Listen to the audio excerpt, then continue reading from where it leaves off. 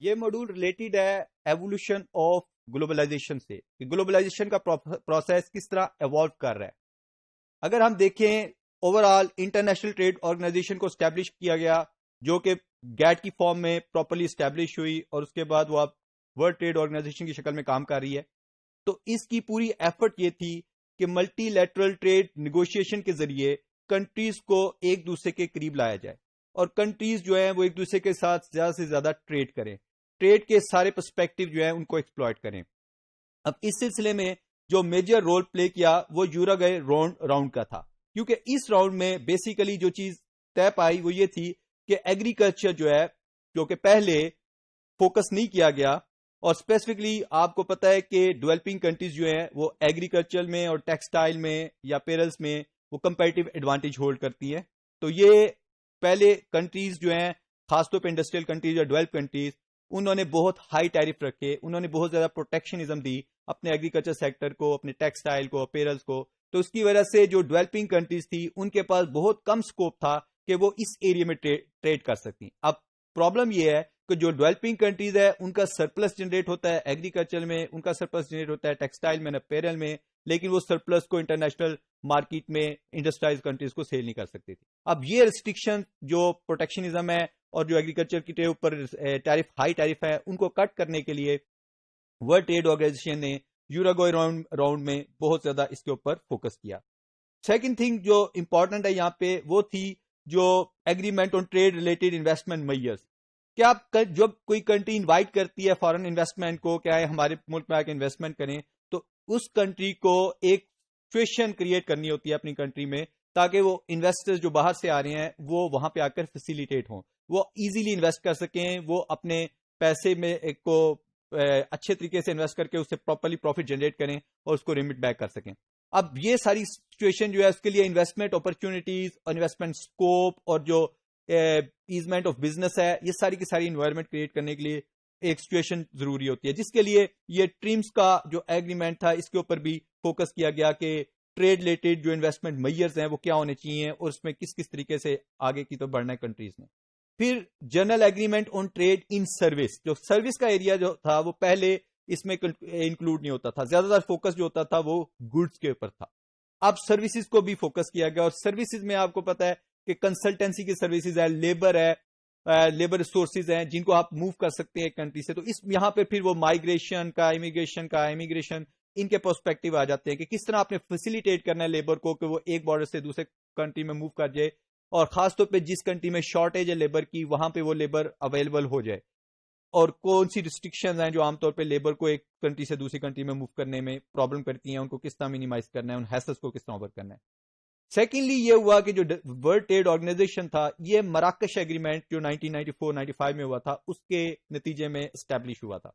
اور یہاں پہ جو ورلڈ ٹریڈ آرگنائزیشن ہے یہ فیسیلیٹیٹ کر رہا تھا اس ٹریڈ کو، یہ کنیکشن جو ہے اکراس دا ورلڈ، اور انکریز کر رہا تھا جو اسکوپ انٹیگریشن ہے تھرو گلوبلائزیشن،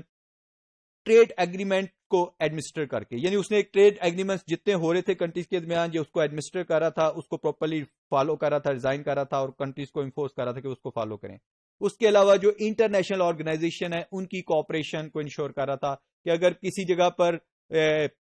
ورلڈ بینک کی ہیلپ کی ضرورت ہے یا ایشین ڈیولپمنٹ بینک کی ہیلپ کی ضرورت ہے کنٹری کو، تو وہ کوآرڈینیٹ کرانے میں فیسیلیٹیٹ کرتا تھا. پھر ایک قسم کا یہ فورم پرووائڈ کرتا تھا ٹریڈ کے لیے کہ یہاں پہ ملٹی لیٹرل ٹریڈ نیگوشیشن کس طرح کرنی ہے، کس طرح کون سے پرابلمز ہیں جو ایک کنٹری کو فیس کرنے پڑے ہیں with respect to other country, تو ان کو کس طرح ریزالو کرنا ہے، اس کے لیے کیا پاسبل اسٹریٹجیز ہیں اور کیا پاسبل سولوشنز ہیں، تاکہ کنٹریز جو ہے وہ کسی کنفلکٹ میں نہ آئیں، کنٹریز جو ہیں وہ ڈسپیوٹ میں نہ جائیں، اور اس کے نتیجے میں کسی قسم کا ٹریڈ کا فلو جو ہے وہ ڈسٹرب نہ ہو. دوسری طرف جو ٹریڈ ڈسپیوٹ جب ارائیو کر جاتے تھے یا ارائز کر جاتے تھے تو ان کو ہینڈل کرنے میں بھی ورلڈ ٹریڈ آرگنائزیشن کا میجر رول تھا، کیونکہ ایک تھرڈ پارٹی آپ کو چاہیے ہوتی ہے جب دو کنٹریز کسی قسم کی ٹریڈ ڈسپیوٹ میں آ جاتے ہیں، تو اس کے بعد وہ کہتے ہیں کوئی تھرڈ کنٹری جو ہے ہماری ہیلپ کرے ٹو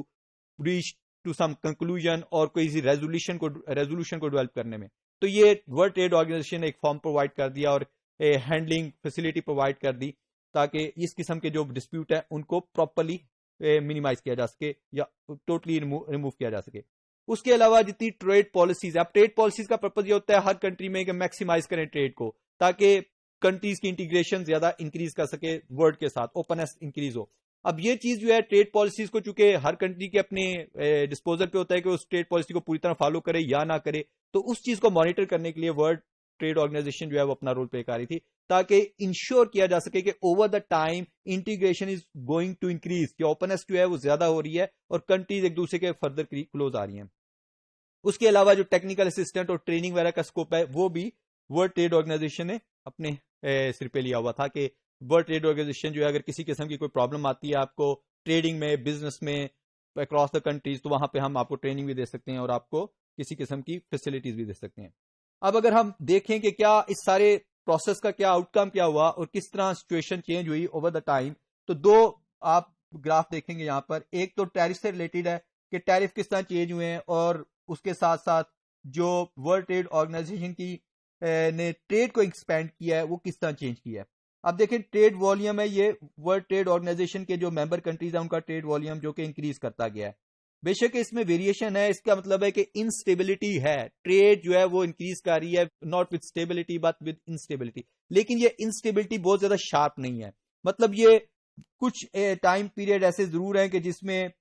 تھوڑی بہت ویریشن تھوڑی ہائی رہی ہے, لیکن موسٹلی اگر آپ دیکھیں تو ٹرینڈ پازیٹیو اپورڈ ہے. اور دوسری طرف جو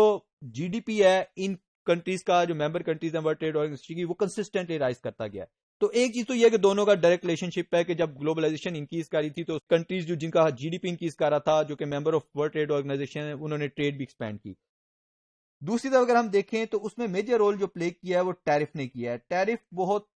کنسسٹنٹلی موو ڈاؤن کرتا گیا. اب یہ جو ڈاؤن ورڈ ٹرینڈ ہے ٹیرف میں, یہ ایکچولی یہ ٹرینڈ شو کر رہا ہے کہ restriction on trade are going to be over. Countries جو ہیں وہ اس بات پہ ایگری ہوتی جا رہی ہیں کہ ہمیں ٹریڈ زیادہ سے زیادہ ایک دوسرے کے ساتھ کرنی چاہیے, اور ہمیں اپنی ٹریڈ میں جو ہم نے ریسٹرکشنز اور بیریئرز کریٹ کیے ہوئے ہیں جو کہ ہائی ٹیرف کی فارم میں ہیں, اس کو ہم منیمائز کر دیں تاکہ ہم ایک دوسرے کے ساتھ انٹیگریٹ ہو سکیں. تو یہ جو سارا